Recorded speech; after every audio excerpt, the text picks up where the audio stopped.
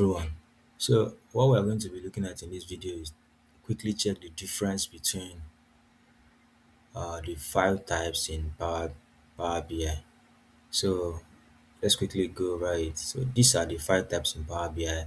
We have the PBIX file, the PBIT file, and the PBIP file, then the P, PBIR file. So those are the four types of files I have three here anyways. So this PBIX file is the default file type. It's basically a binary file that when you save your Power BI project, it just gets saved at once. So it's like a compilation of your schema, your reports, and also your data together. So it's just a one particular file. You can see it's 18 kilobytes compared to PBIT file. PBIT file is a little bit lighter and is a file that only contains everything except from the data itself. So it has the connection to your data source, it has your model, your report, your metrics, everything, including your visuals, but it does not have the data set embedded in it, unlike PBIX file. So you can see that is a 7 kilobytes size file, lighter than um PBIX file. So the PBIP file now is, you can see, is a 1 kilobyte file, which is lighter than the two. But as you can see, this PBIX file also comes with these files. So it comes together with this PBIX file, which is PBIX file.report, this PBIX file.semantic model, the git ignore. So basically the PBIP file is just an explosion of PBIX file. It's an explosion of this PBIX file. So it has the report, the semantic model, and you can see it has git ignore. So definitely this type of file is used for versioning. So when you need to maybe change some things in development part, this is the type of file you use. When you want to maybe change the definition of this particular report like this. Take for example the page of this file or the visual. Let's even go to the visual. This is the visual, and you want to check something in the visual. You can quickly check it from here. You can see now this is a pie chart here.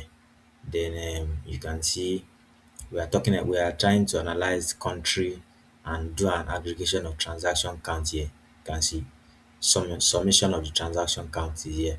So basically you can, when you try to edit this, you can use a git push to push it for versioning. So you can actually roll it back, or try to track your changes in the file. That's the essence of this, the ppip file. So yeah, so that's why you use a PB file, just to keep track of changes in your version control system, in your Git version control system. So those are the three files. And one thing I want to point out is, let me take for example this file type here. This is the source. So I want to change something there so that you notice something. So you can see now this particular file is 788. So I'm going to change it to just 882. So when I change it and save it, you will see the difference between the files. So this is a PBIX file. Let me open these PBIX files now. So I'm opening this PBIX file just to show you like the difference between the file. So this PBIX file, as earlier said, is just a default binary file that contains everything you need to start the project. It's also shareable. It's a very shareable file. You can share it, but the downside of the PBIX file is it grows with your data set. So the size tends to be very big and might not be the best for sharing, especially within the same if you are within the same organization and trying to share like maybe a report. PBIX file might not be the best to share because of the share size.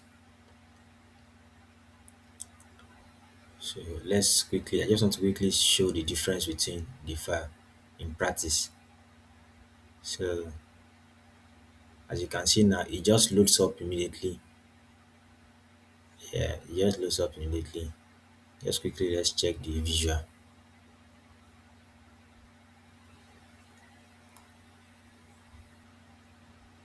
Yeah, you can see it.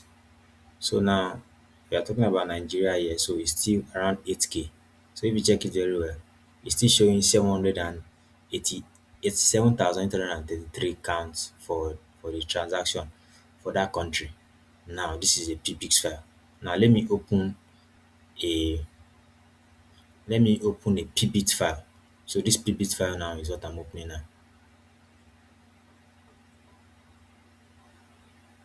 Good. So this is the PBIT file opening up.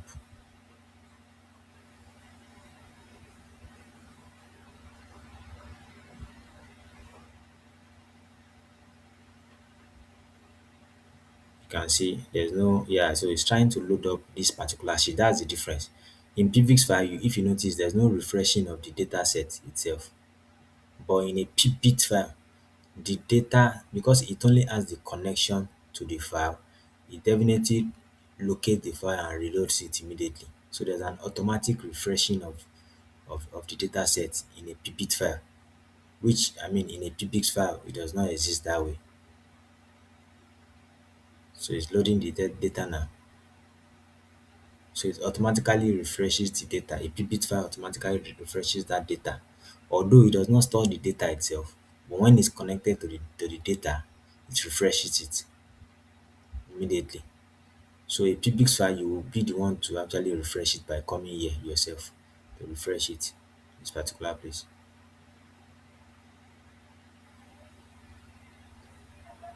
So a PBIX file is good for when you want to share reports within your organization, and I mean your other colleague that you're sharing with has access to data, so you can actually just share it, and the person will just connect with its own data.